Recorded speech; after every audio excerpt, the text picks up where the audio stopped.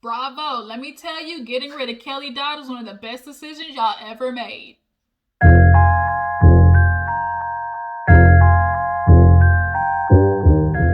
What's up, you guys? Your girl G here. We are right back at it. Okay, we got to talk about Real Housewives of Orange County. We are knocking out these videos. This reunion just goes to show, like, how out of touch these rich white women are. Like, some of them, just really want to be a part of the cause, and I appreciate it. But Kelly Dodd, really, bitch? You black now? Like, I could go off on a rant, but I'm not going to. Let's go ahead and get into this review. But y'all know what time it is. We got to pause and do what? Make sure you like in this video. Make sure you drop a comments. Let me know that you guys stopped by.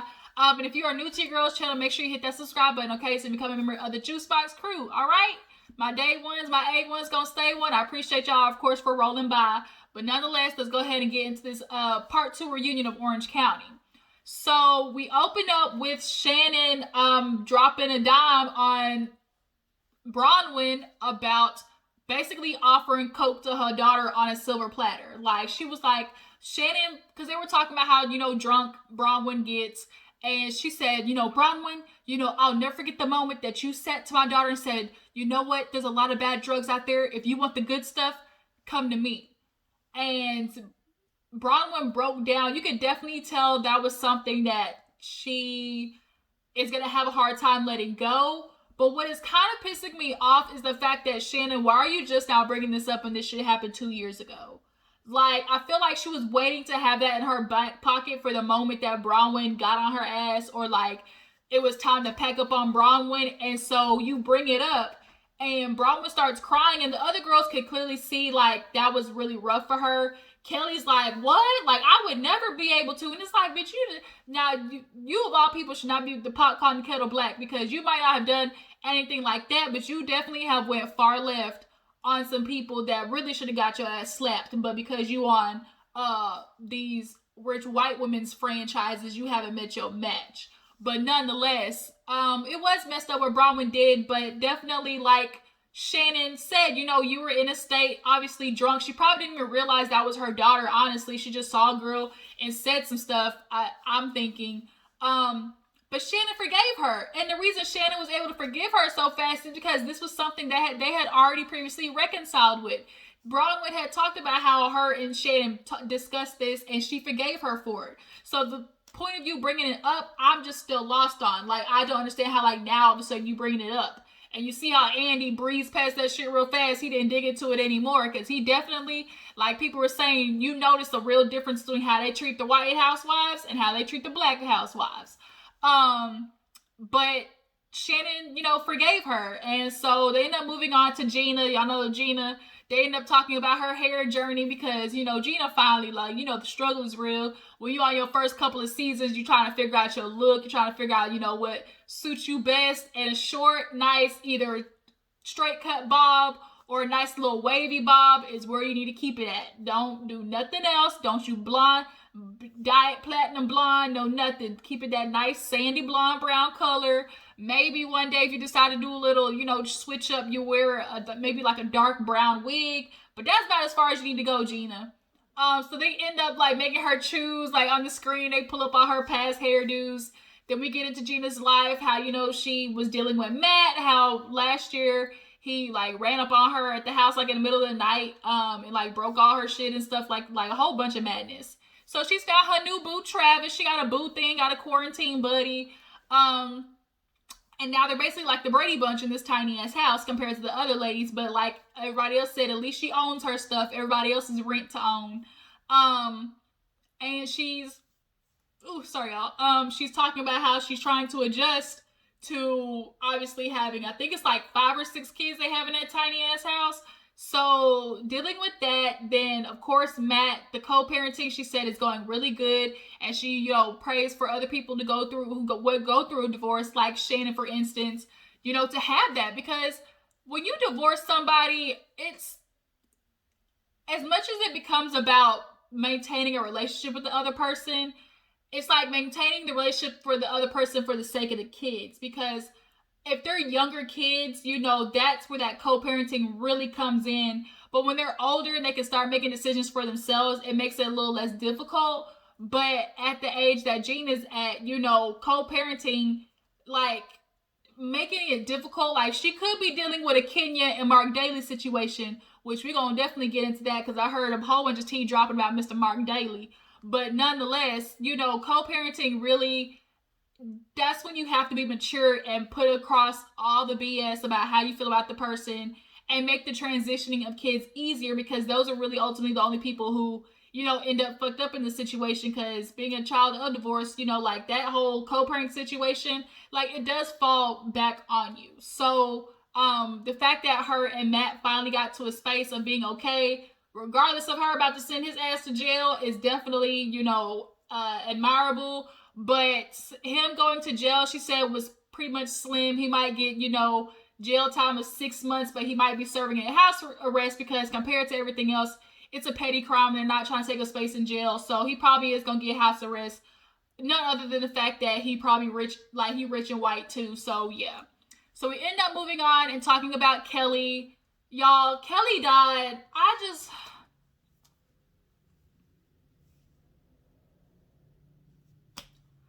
Where do you start with this heifer? Like, since she came on the scene, she's been known for saying the reckless stuff. She's been known for being controversial, and her favorite thing is to say, I wasn't saying it to be malicious. I hate people who are like that, who feel like they can joke, and because to them it's a joke, like, if somebody else gets offended, they're not supposed to be mad, or you're not supposed to apologize because, oh, I was just kidding. I was just joking. Like, I wasn't trying to be malicious. Like, that's where it's always at. So it's so annoying, because it's like, why are you not, like, Kelly, like, girl? So I was looking at my dogs was running down the driveway trying to see what the hell they was running towards. So yeah, so we get to Kelly's little segment. We see that she found her new boo Rick, and speaking of Rick, Andy, he low-key kind of shaded the fuck out of Kelly when he was looking at Gina. He's like, you know, like, I'm just really happy for you, you know, especially after what you and, you know, Shannon's been through, the fact that you guys, you know, have found love and, you know, are really in a different relationship. You know, I'm really happy for you guys. And Kelly's like, me too. I found somebody.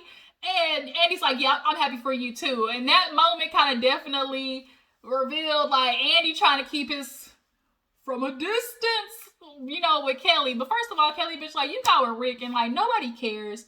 Y'all really ain't gonna stay together because you crazy. Like, and you just, your mouth is too slick.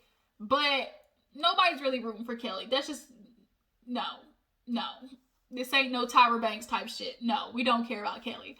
So back to her, she ends up marrying Rick, and, you know, her daughter loves him, and they end up getting on the fact that she had a wedding during COVID, and Andy's like, you know, a lot of people were feeling that was super irresponsible, and this bitch had the nerve to sit there and compare her having a wedding to people protesting for rights, Kelly, with your ungrateful, you want to be Black, Native American, Mexican ass.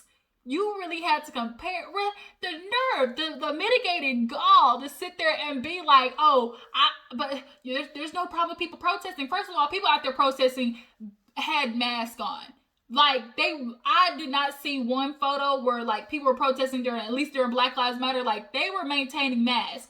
90% of them did. So, but comparing a protest for rights versus choosing to get people together, like Elizabeth said, like, just be like, you know what, I had everybody tested, like, we were straight, they only had 28 people, and bitch, since you got this little famous water or whatever, like, you know, I'm sure you got the coin to do it, so all you had to be like was, look, we got people tested. But she's always trying to, like, do a comparison, like, and always a comparison to, like, stuff that's going on with minorities, like, or, like, what's going on with the rest of the world, like, oh, Kelly, you don't like wearing masks, well, does a pants protect you from a fart? Like, I don't know. Like, people are out there doing this. Like, other people aren't wearing a mask. And now it's like you're comparing a wedding to protesting. Like, I just can't with you. I can't. You want to be oppressed so bad, but bitch, you've been living the life of a rich white woman. And Bronwyn very much pointed that out when it got time for her to talk about, you know, the Black Lives Matter movement, because Bronwyn definitely got more involved in it this year. And Bronwyn is one of those white women I prefer. than the Kelly Dodds who feel like, I've been doing it for years. Like, just because you do a couple of donations and you spend a couple of money here, like, that's not really what it's about. Like, the donations, cool, that you feel like that's your little part, but it's the voting. It's the making sure you're asking what petitions you need to sign. Showing up, to make sure, okay, the lines, like, are you offering, accessibility to help minorities, like those type of things.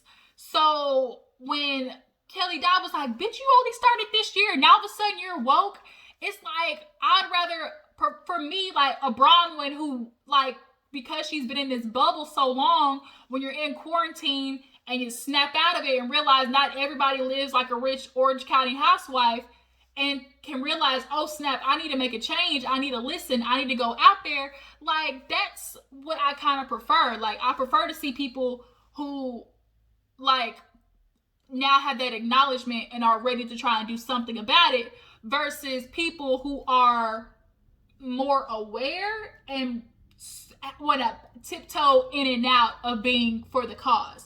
Like, Kelly, you said you've been doing this for 20 something plus years, or 10 plus something years. Like, but you tiptoeing around the cause because you donating, but are you going out there and voting? Because I'm sorry, Kelly Dodd, but you voted for Trump. Like, it's very obvious you voted for Trump.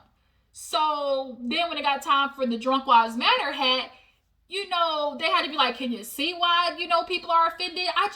It wasn't even my hat, first of all. I didn't even buy it. My friend got that for me. And Elizabeth tried to come to her defense. Like, it wasn't like she just put it on. It's like, that's not the point. It don't matter if freaking the Cookie Monster from, Elm Street brought it. The point is you put it on, and it's like, it kind of is, it's a mocking of the movement. Like, Black Lives Matter is not just about, like, the protesting, which is what you guys, you're Kelly especially, like, you're trying to make it about. It's about legit making sure, like, you guys have no problem with a cop coming to your situation and believing you when you said you did something. Immediately when a cop comes to a situation with a black person, they're already on guard and already expecting them to be wrong.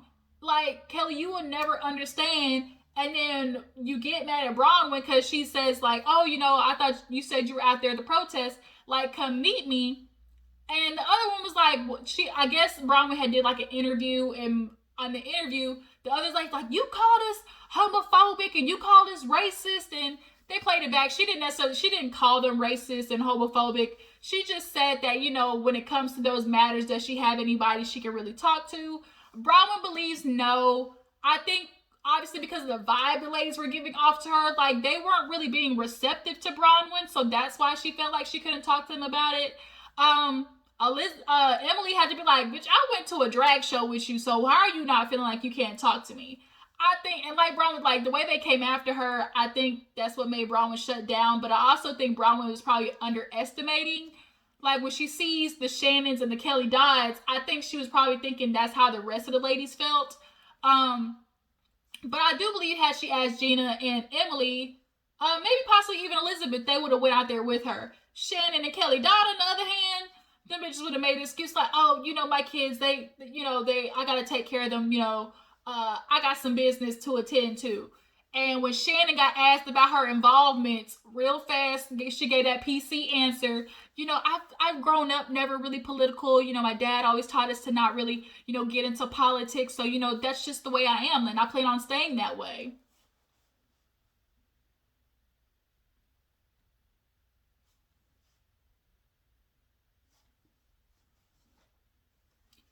Okay, okay, Shannon.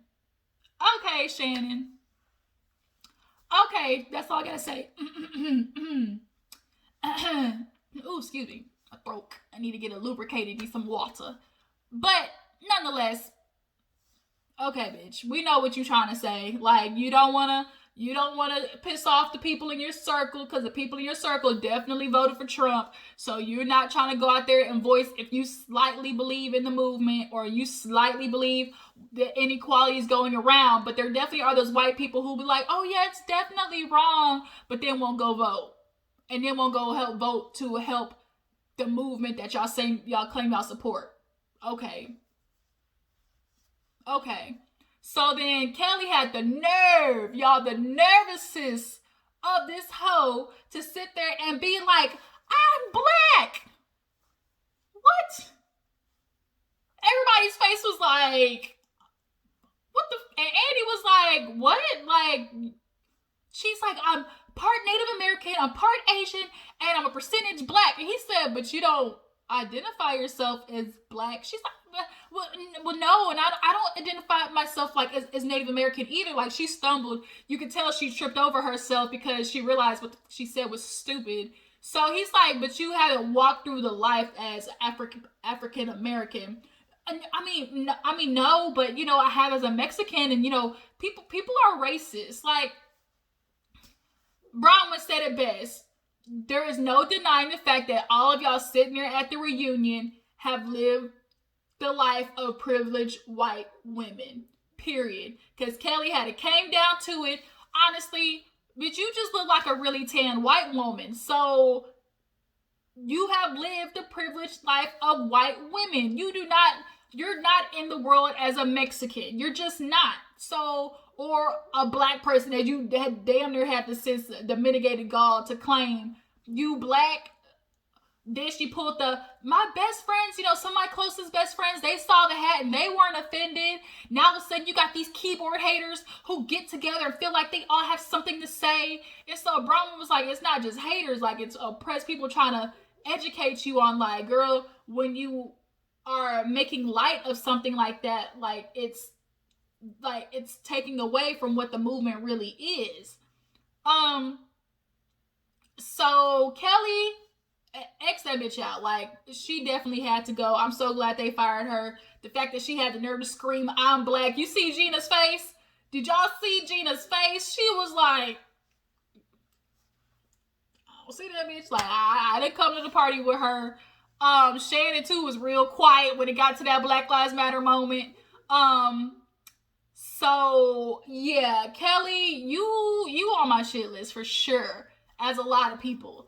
So definitely Andy had to tell her, like, but you don't identify as African American, nor have you walked the world as African American. You've very much had the privileges of a white woman. So cut the shit, Kelly. So moving on, we end up talking about Elizabeth and, you know, her life growing up in a cult and trying to finally reveal to the ladies about her life instead of like the surface level, you know, stuff that she's used to doing. And Elizabeth was just so concerned that if she told people about her upbringing, that people wouldn't want to be her friend or they would think that she's crazy. And it's not like that. Like, we much prefer an honest Elizabeth because you've been through like some really messed up shit. Like, have you ever seen that Scientology show, Elisa Rinna? I swear to change your life. Watch it. It is so good. And like Elizabeth said, the worst type of abuse is religious abuse because they make you believe it's some of the greater good what you're going through. You're going through all this bad stuff, you know, to get to the afterlife, and, you know, one day you're going to be rewarded. And it's like, why am I getting rewarded for an old ass man that's 80, getting married to me at 16, having a baby with me by the time I'm 18, knocking me up with 3 kids by the time I'm 20? Like, how does that get me rewarded in the afterlife? And it's all about greed too, money. Those them LDS church groups, the Scientology groups, all of them, money. There's all types of payments, and they'll be all up in your tax book too, getting your returns and everything. And if you don't, they shun you. But she says, you know, I like to come home and have my diamonds and pearls and stuff and look at, you know, obtainable things because it makes her distracted from what really went on with her, because y'all know she said she was like sexually abused as well too. So I can imagine that's like a real PTSD type moment. And to go through that, I really do feel for Elizabeth. But like Bronwyn said, girl, you are not the only one. Like, you feel like you're the only person that's in Orange County that went through trauma and is trying to, you know, portray, you know, the quote unquote picture perfect life. Emily had to say that, bitch, that's probably, all these women are going through something. All these women experience some type of trauma, whether it be an alcoholic parent, an abusive husband, you know, a child that's going through depression and drug addiction. Like, all these housewives are going through something. Like, shit, Tamara, for instance. Tamara on the outside, married to Simon when we first met her. And behind the scenes, they was fighting each other until the day she was in the limo saying, fuck you, I want a divorce. So, like, Elizabeth, you're eventually going to grow into your own. Like she said, she's doing therapy. So I'm really proud of her in that fact. And I hope that she finally sees this as an opportunity. I kind of want Elizabeth back the next season. Do y'all want her back for another season? I heard that they gave her the axe, but I really do want her back at least one more time to see, you know, what she kind of morphs into. Kelly, nah, bitch can kick rocks. And what? Open toe shoes, barefoot. Bye, bitch. So we finally get to the end. Ooh, we finally get to the end. They invite Sean out. Shoot, Shannon's old ass getting them old timers. She forgot who Sean was. And so they ended up talking about, obviously, him and Bronwyn's relationship and how Bronwyn basically finally admitted that she is lesbian. She likes to munch on the carpet, and how that is for Sean. So Andy asked her, has she ever been attracted to men? She said that was a no-go. And so obviously for Sean as a man, he is confused and also hurt, because it's like, you've never been attracted to men?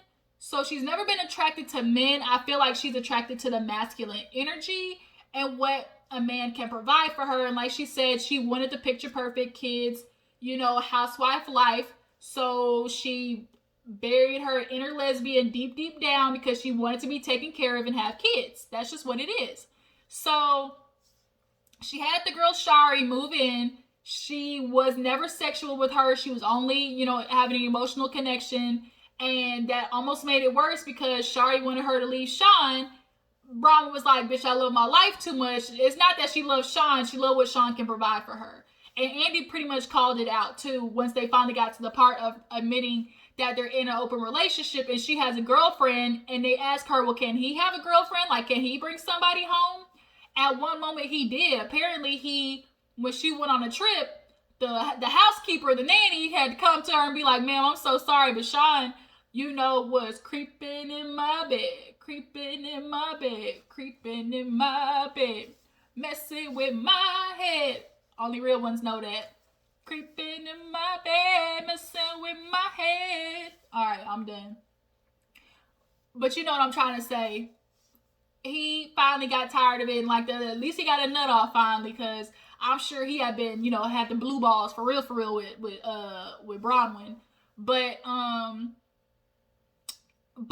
nonetheless, Andy asked her, like, it's kind of coming off like Sean is basically moving around you. Like, whatever you want to do, he's adapting to, and that's not fair because you want to have a girlfriend and still be at home getting taken care of, but he say he wants a girlfriend. Like, it's going to be hard for him because what if he does find somebody that he's really into? They're going to want him to divorce you. They're not going to want to be in this open relationship situation. So Sean's like, we'll just cross that bridge when we get there. But people who are like that, literally, you're just delaying the inevitable. Honestly, I feel like Bronwyn and Hid had a conversation where she's like, Sean, you know I don't have the means to take care of myself, or at least to maintain the same lifestyle that she's been living. So Sean is like, look, I'll be here to support you. We'll raise the kids together, and we'll just try to keep, you know, it as civil as possible. So it's like, are y'all gonna come like co-house livers? Like, she's gonna be on her side of the house with her girlfriend, you're gonna be at your side of the house with your girlfriend. Is it gonna become that? Like, I mean, that's like Sister Wives type stuff. I mean, y'all could do that, but basically, like the other lady said, like, he's very selfless. He wants to see Bronwyn happy, even though she's happier after she slapped the dog fuck out of him, apparently, because she heard about, you know, the girl being in the bed. But it's like, he's willing to accept it because she's happier. And he's okay being the dad, you know, taking care of the kids because that's where his happiness is. But at some point, that's going to get old. Because as much as people like to be like, oh, you know, it's for my kids, like, you got to be selfish at some point in your life so you're not miserable. And Sean is about to be living a highly miserable life, staying at home, taking care of the kids, and watching Bronwyn go off and scissor somebody else. Like, that's what it's going to be like. So he ends up leaving. We get to the end. Everybody does their toast. Kelly, with her dumbass toast, talking about, oh, you know, this year taught me like to don't live in fear, you know, fear of COVID. If I did, I would have never got married. I would have never sold my 2 homes. I would have never lived in my new house. And you see how they messy, how they pan the camera on the other ladies' faces, and everybody's face was kind of like, is she really doing this toast like this right now? Like, for real? Because she's so stuck on don't live in fear. And it's like, bitch, your grandma, your mom caught COVID. You lucky she didn't die, but like, girl, you are not taking this serious at all. But other ladies do their toast and they come to an end and everybody's cool. And that was the end of this part 2 reunion. But Kelly, for sure, definitely, she got to go. But y'all tell me how y'all felt about the reunion. Do y'all feel like the ladies, who should come back, who definitely should get the X? How do y'all feel about Bronwyn and her situation? I also think Andy said one good thing, too, is Bronwyn, you're doing too much. I feel like she felt like because she came out that she automatically had to be like the face of something. That she automatically had to be like the representative. Like, you don't have to be like the LGBT like new idol or the new face of open marriages and, you know, like homes. Like, you don't have to do that. You could just be Bronwyn and leave it at that. And I feel like she automatically tried to make herself like a spokesperson, and like that's not required of you. Like, you just need to figure out your shit first, and then we'll slowly move into, you know, how you can maybe help other people with that. But yeah, that was the reunion. I'm gonna go ahead and go in here, maybe some lunch, watch Married at First Sight, and come back and talk to you guys about that. Before you go, make sure y'all know what to do. Make sure you hit that like button. Drop down in the comments. Make sure you show that you was here. And I will catch you guys in the next video. Deuces.